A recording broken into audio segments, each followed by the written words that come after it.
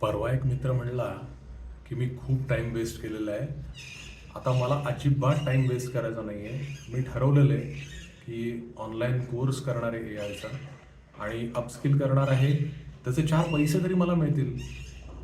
हे लोकांची काहीतरी मदत करतोय आणि कोणाचं काहीतरी छोटं-मोठं काम, कोणाचं काहीतरी कोणासाठी कुठेतरी जाणं, काहीतरी करणं.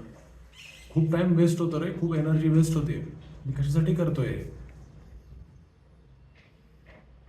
म्हटलं ओके, मला नाही वाटत आहे तू एनर्जी वेस्ट करतोयस आणि प्रत्येक गोष्टीचं पैशांमध्ये कुठं आपल्याला मोबदला मिळतो. तो म्हणला म्हणजे काय?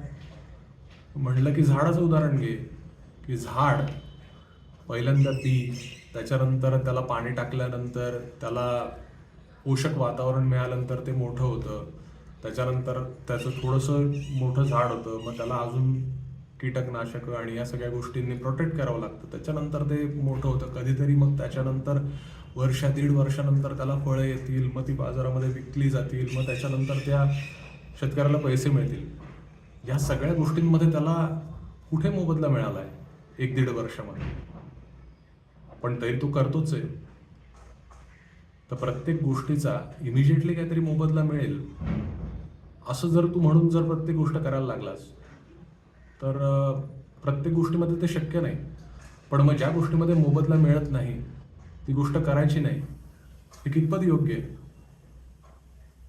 तो म्हणला मला एवढं काही लॉजिक कळत नाही आणि तो निघून गेला.